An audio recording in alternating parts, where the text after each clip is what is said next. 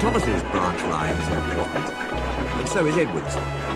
They both bring in valuable traffic, but their track and bridges are not so strong as those on the main. That is why the Fat Controller does not allow the heavier mainline engines, such as Gordon and Henry, to run on them. If, however, you had heard Gordon talking to Edward a short while ago, you would have thought that the Fat Controller had forbidden him to run on branch lines for quite another reason.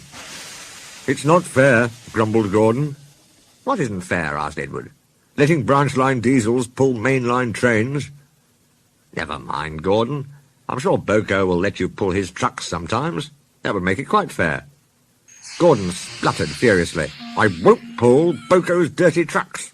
I won't run on branch lines." "Why not? It would be a nice change."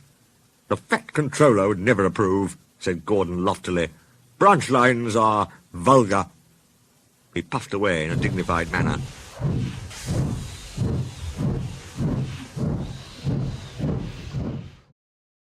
Edward chuckled and followed him to the station.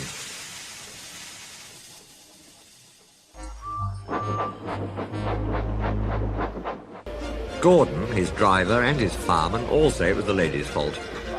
She wore a green floppy hat and was saying goodbye to a friend sitting in the coach nearest the guard's van. It was almost time to start. The fireman looked back. He was new to the job. He couldn't see the guard, but he did see something green waving. He thought it was the flag. "Right away, mate," he called. But the guard had not waved his flag. When Gordon started, he left some luggage, several indignant passengers, and the guard all standing on the platform.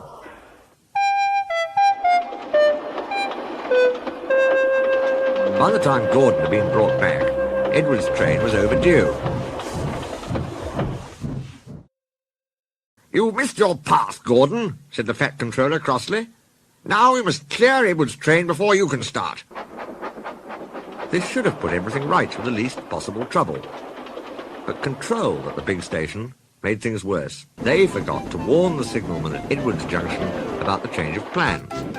It was dark by the time the trains reached the junction.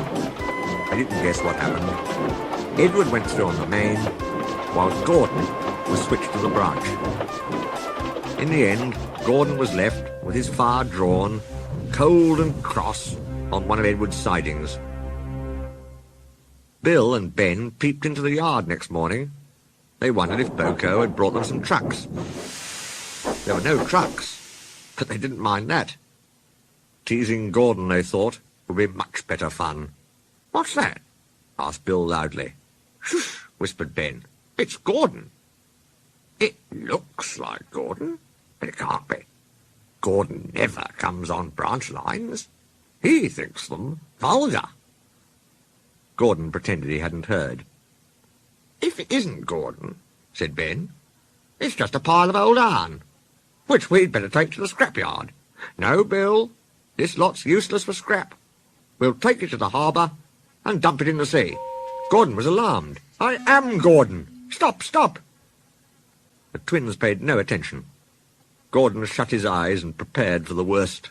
The twins argued loudly and long. Bill favoured the scrapyard, while Ben said that the cutting up in such places was something cruel. It would be kinder, he urged, to give these remains a quick end in the sea. Besides, he went on, they would make a lovely splash. Gordon could not view either prospect with any enthusiasm. But when he opened his eyes and saw Boco coming into the yard, he thought him the most beautiful sight he had ever seen. "Boco, my dear engine," he gasped. "Save me." Boco quickly sized up the situation and sent Bill and Ben about their business. They were cheeky at first, but Boco threatened to take away the trucks of coal he'd brought for them. That made them behave at once. Gordon thought he was wonderful. "Those little demons," he said. "How do you do it?" "Ah, well," said Boco, "it's just a knack." Gordon thinks to this day that Boco saved his life. But we know that the twins were only teasing, don't we?